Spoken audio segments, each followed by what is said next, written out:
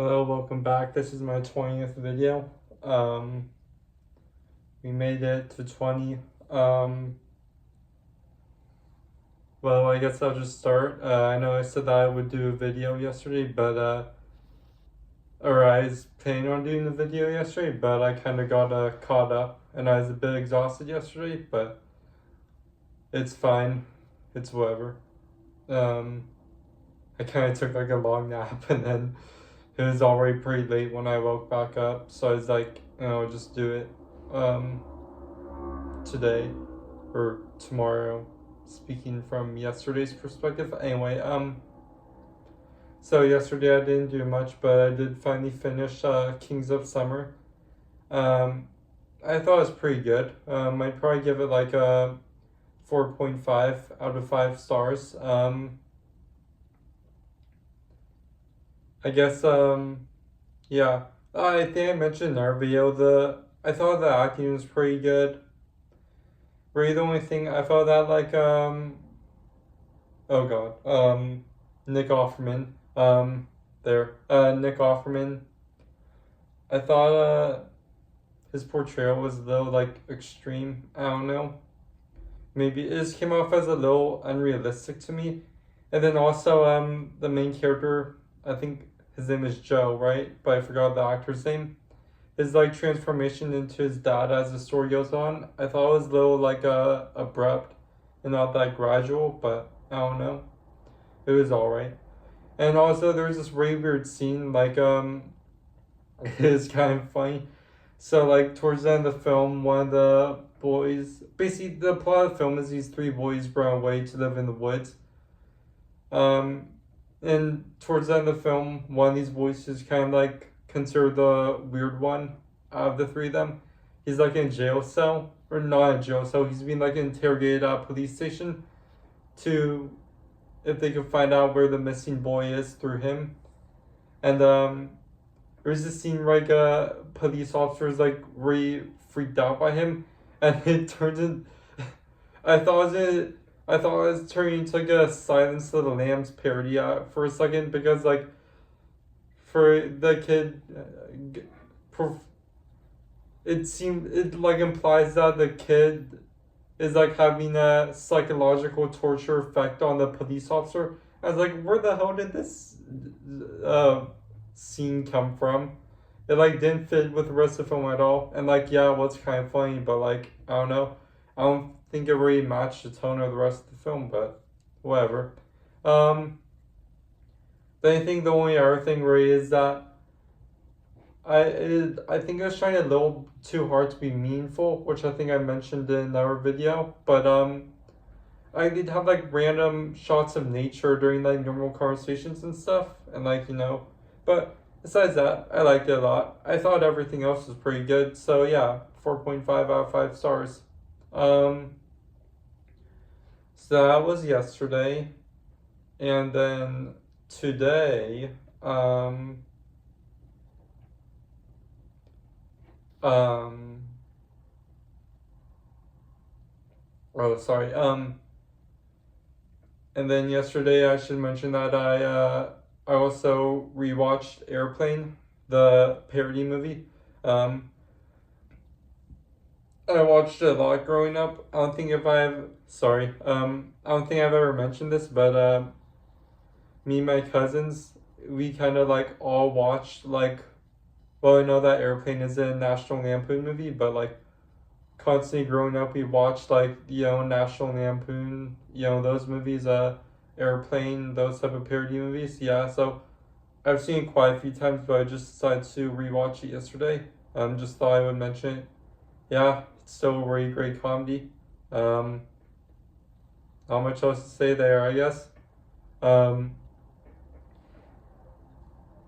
Actually, when me and my friends went to see the new Naked Gun a few weeks ago, I think one of them said like, "Oh yeah, 80% of the time it was just like a character like taking a expression literally," and like I kind of saw that in Airplane also. Now that he mentioned it, but whatever. I mean, I think it's so funny, and I think there's a good balance of jokes in it. So yeah.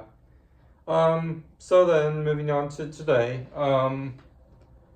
me and my friend, um, this is the friend who I saw Fantastic Four with a while ago, but the one that drove near me, not the one that I drove to her.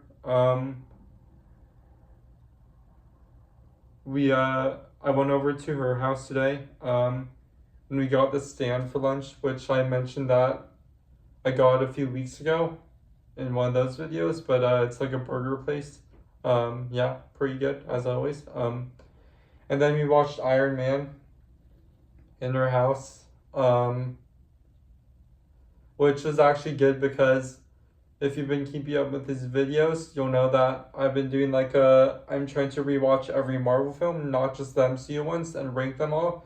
And I was gonna have to watch Iron Man eventually anyways, and I wanted to watch it, so it was good that we ended up watching that. I've already seen it before, but I might as well do a review of it.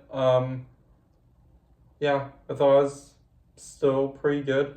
Of course, Robert Downey Jr., he's charismatic as fuck as Tony Stark.